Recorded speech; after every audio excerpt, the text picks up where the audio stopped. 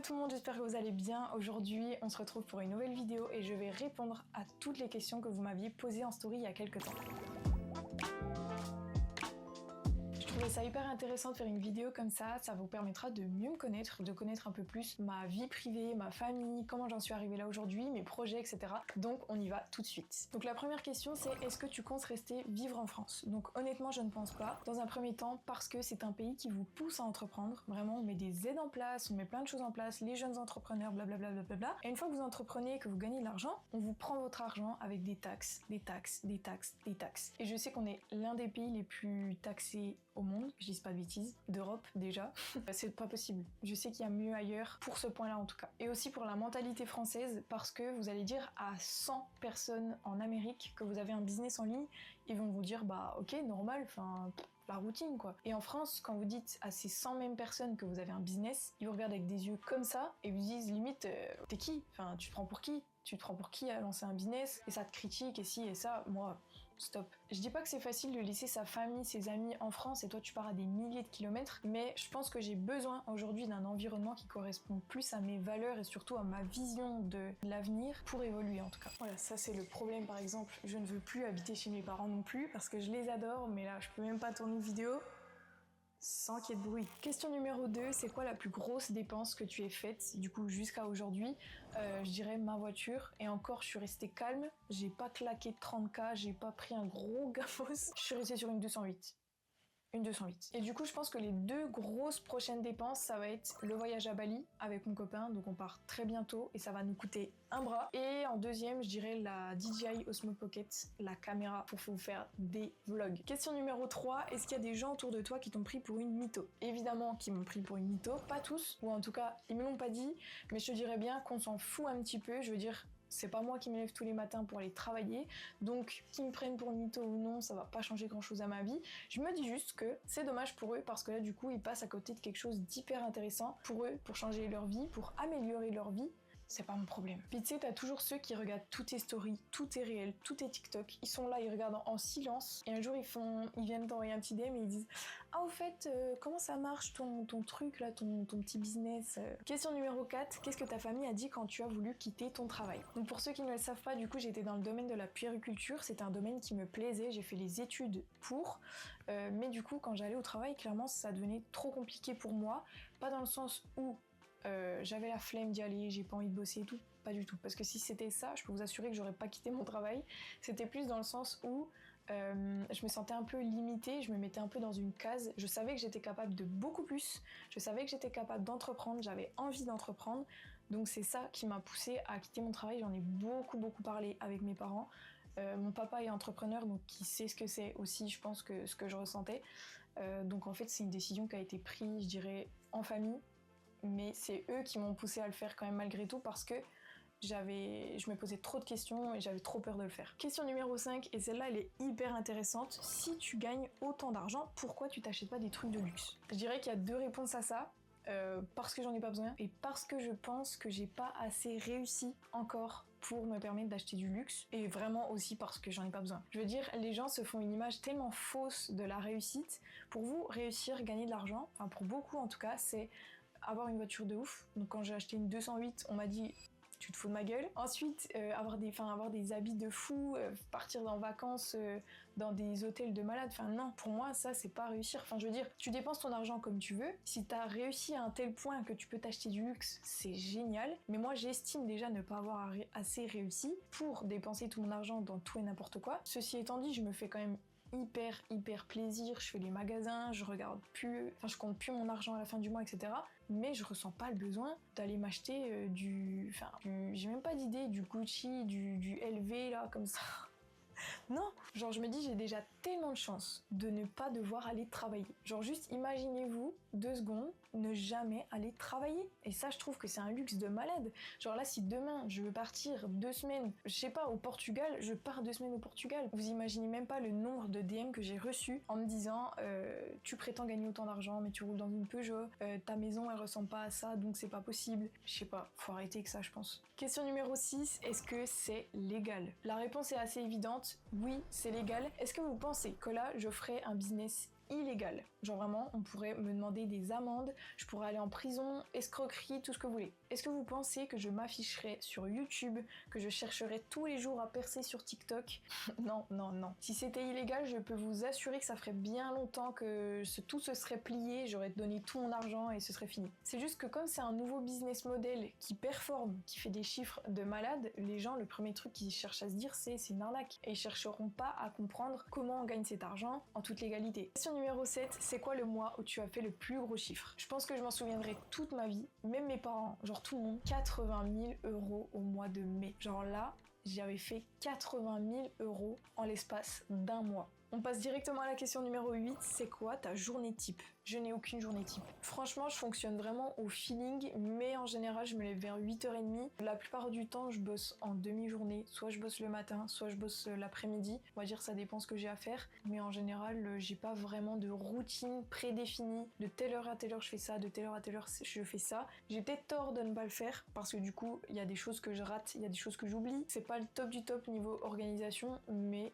pour le moment, je fonctionne comme ça. Question numéro 9, et celle-ci on me la pose très souvent. Est-ce que la DSA est une pyramide de Ponzi ou un système pyramidal? Je vais encore une fois vous décevoir, mais non, la DSA n'est pas un système pyramidal parce que pareil, ça ferait très longtemps que je me serais fait attraper et que je serais en prison. Ou en tout cas que j'aurais payé une énorme amende parce que le système pyramidal c'est complètement illégal. Ce qui fait la différence avec la DSA et un système pyramidal, c'est que quand tu fais une vente de la DSA, donc par exemple moi quand je vends, je ne redonne d'argent à personne. Et quand mes propres clients, c'est-à-dire les personnes qui m'ont acheté la DSA, quand ils font des ventes à leur tour, moi je ne prends pas d'argent, ils ne redonnent pas d'argent par exemple au créateur de la DSA, on donne d'argent à personne, si ce n'est à l'État. Donc il n'y a pas d'histoire de tu dois recruter des gens pour gagner des commissions, non. C'est pas ça. Question numéro 10, et celle-là pareil, vraiment top 1. Est-ce que tu n'as pas peur que le marché soit saturé? Pour répondre à cette question, je vais faire une comparaison assez simple et je pense que vous allez réussir à comprendre mon raisonnement. La DSA, vous l'achetez une seule fois, on est bien d'accord. Le permis de conduire, tu le passes normalement une seule fois. Pourtant, les auto-écoles, elles sont pas saturées.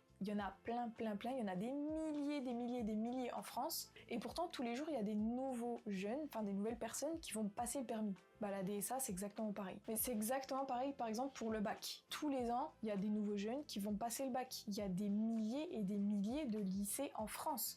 Et pourtant, on pourrait se dire qu'au bout d'un moment, bah non, tout le monde va avoir le bac. Bah non, le bac, tu le passes une seule fois. Et tous les ans, il y a de la demande. Il y a une nouvelle génération qui vient passer le bac. Bah là, c'est exactement pareil. La DSA, tu l'achètes une fois. Donc une fois que tu l'as, c'est bon.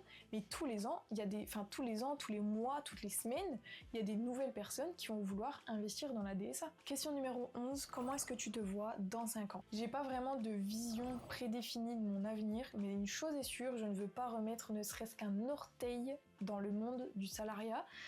Donc je ferai tout pour que ça n'arrive pas. J'aimerais bien lancer d'autres business, pas forcément dans le digital, mais pourquoi pas même des investissements, etc. Là, je sais que je suis en train d'engager des personnes petit à petit pour ce business-là. Et genre c'est incroyable. Question numéro 12, tu en as parlé à qui avant de te lancer? Est-ce que j'en ai parlé à ma famille, etc. J'en avais parlé à mon copain et il était pas trop chaud, mais en même temps je comprends. Genre en gros j'avais déjà un autre projet avant de me lancer dans la DSA. Donc j'étais déjà en train de travailler sur un projet et il me disait non, arrête de t'éparpiller. Enfin, je suis un peu comme ça moi. Je veux faire plein de trucs et au final je finis par rien faire parce que je réfléchis trop, parce que j'en fais trop. Et il me disait enfin non, t'éparpille pas, etc. Et du coup je me suis dit bah si, je vais le faire quand même. Et du coup je l'ai fait. Et du coup maintenant ce qui est marrant c'est qu'on fait les deux le même business. Donc en fait j'ai bien fait de pas l'écouter cette fois-là. Donc ça prouve une fois de plus que parfois faut arrêter de réfléchir. Arrêter. Genre tu prends ton cerveau, tu le poses et tu te lances. Question numéro 13, est-ce que tu as déjà eu des clients qui n'ont jamais bossé la formation? La réponse est oui, énormément de personnes investissent dans la DSA mais ne s'en serviront absolument jamais. Je pense que c'est un manque de motivation, un manque de discipline, un manque de ce que vous voulez, mais en tout cas il y en a énormément qui ne s'en serviront jamais. Donc c'est pour ça que vous pensez qu'il y a une énorme concurrence dans ce business-là, mais je vous assure que pas tant que ça. Question numéro 14, comment tu as généré tes premières grosses sommes? Je vous dirais que ça a été très rapide pour moi. Mon premier mois, j'avais déjà fait 12 000 €. Le mois suivant, j'avais doublé pratiquement, j'avais fait 21 000. Le mois encore suivant, j'avais dû faire 36 000 je crois, je me rappelle plus exactement. Mais en fait, tous les mois, je doublais mon chiffre d'affaires. Ce qui fait que du coup, fin janvier, je démissionnais déjà mon travail alors que je me suis lancée en décembre. Donc en fait oui, c'est allé très vite pour moi. Et je dirais que ce qui a déclenché tout ça, c'est d'avoir posté tous les jours. tous les jours. Tous les jours, tous les jours. Bien analyser mon contenu, savoir ce qui fonctionne pas. Je me suis lancée en faisant du facecam, donc je parlais en vidéo, etc. J'étais pas à l'aise du tout avec ça au début, et maintenant bah je le fais, on va dire naturellement. Et puis clairement, genre j'ai tout fait pour percer sur TikTok à fond. Donc j'avais plein de DM, donc les ventes ont suivi forcément. Question numéro 15, et celle-là elle est pas drôle du tout, mais elle est très importante. Niveau impôts et démarches administratives, comment est-ce que ça se passe? Je dirais que jusque là, en tout cas jusqu'au 1er juin, j'étais en micro-entreprise, donc ça allait. Je faisais juste ma déclaration URSSAF une fois par mois, donc c'était pas très compliqué. Ensuite, j'ai commencé à devoir payer la TVA, donc là c'est un peu plus compliqué niveau papier, mais pareil, c'est pas insurmontable. Par contre là, depuis le 1er juin, du coup, je suis passée en société. Là, c'est la galère. Vraiment, du coup j'ai dû engager une comptable. Les mois, du coup j'ai des factures à faire, etc. Pareil, c'est pas insurmontable, il y a plus compliqué que ça, mais à 20 ans, moi je suis là, et on me dit, demain t'as rendez-vous avec le comptable, demain t'as rendez-vous avec la banquière, tu dois faire ça, tu dois... Ouais, c'est trop galère. Je crois que je me suis complètement perdue dans les questions, donc on va dire prochaine question. Tu as commencé la DSA il y a combien de temps, et du coup combien est-ce que tu as encaissé depuis ton début? J'ai lancé mes réseaux sociaux, pareil cette date reste gravée dans ma tête. J'ai lancé mes réseaux sociaux le 16 décembre, donc 2024, et donc là on est le 4 août je crois.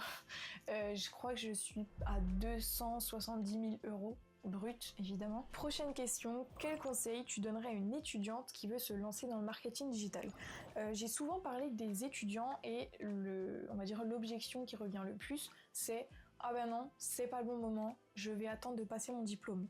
Et une fois qu'ils ont passé leur diplôme, il n'y a plus personne, ils viennent pas te recontacter parce que ils ont perdu ce petit truc de je veux lancer mon business en ligne. Moi je pense qu'il faut arrêter de réfléchir. Quand tu es convaincu de ce que tu veux lancer, quand tu es convaincu du business auquel tu t'intéresses, peu importe lequel, fais-le. Arrêtez de réfléchir, arrêtez de chercher le bon moment. On passe à la dernière question, est-ce que tu reçois des critiques, que ce soit de ton entourage ou sur les réseaux sociaux? La vérité c'est que les critiques, j'en reçois absolument tous les jours, en tout cas sur les réseaux sociaux. La plupart du temps c'est des mecs, bon, je suis pas féministe ou je sais pas quoi, hein, mais je pense qu'il y a un petit truc d'ego, je sais pas, mais tous les jours, que ce soit arnaque, OnlyFans, tu vends tes pieds, j'ai tout vu, j'ai tout vu. Au début, ça m'impactait énormément. Genre vraiment, je le prenais pour moi. Je me disais, enfin, pourquoi j'ai pas demandé ça, je fais pas ça, enfin, je comprenais pas. Maintenant, je dirais que ça me passe un peu là, et je dirais quand même que c'est, on peut pas dire, ouais, je m'en fous du regard des autres, je m'en fous de ce qu'on pense. Je pense qu'au fond, ça nous touche quand même un petit peu. Par exemple, des fois, quand je vois que j'ai des vidéos qui percent fort, je vais pas dans les commentaires parce que je sais que ça va être la même chose partout, qu'on va me critiquer. Ensuite, concernant mon entourage, je dirais que, en tout cas, j'ai jamais été critiquée ouvertement comme ça devant moi, mais comme je le disais, pourquoi est-ce que je reçois plein de commentaires où on me critique, et pourquoi dans la vraie vie on me critique pas? Simplement parce que c'est plus facile de le dire sur les réseaux que de le dire en vrai à la personne. Donc il y a sûrement plein de personnes qui peut-être se moquent de moi, me critiquent ou quoi, sans que je le sache. Peut-être des personnes de mon entourage, peut-être des personnes hyper proches, des amis, j'en sais rien. Mais je me dis que bon, c'est pas très grave. Franchement, je me dis toujours que moi je m'en fous, le matin je vais pas bosser, je bosse chez moi. Genre vraiment, continuez à me critiquer, c'est bien dommage pour vous. Moi ma vie a changé, et c'est sûrement ça qui fait qu'on me critique. Tout ça pour dire que peu importe ce que tu fais, tu te feras critiquer. Peu importe comment tu t'habilles, tu te feras critiquer. Donc j'ai une seule chose à te dire, vis pour toi et ne vis pas pour les autres. Bon, c'est la fin de cette vidéo, j'espère vraiment qu'elle t'aura plu. Je te laisse mettre un petit commentaire et me dire ce que t'en as pensé. Je t'invite à t'abonner parce que je vais poster des vlogs à Bali, et je vais poster de plus en plus de vidéos parce que j'ai plein d'idées. Bon, du coup on se dit à la prochaine. En attendant, profite bien de tes vacances, peut-être que t'as déjà repris le travail, j'en sais rien. À bientôt, bisous.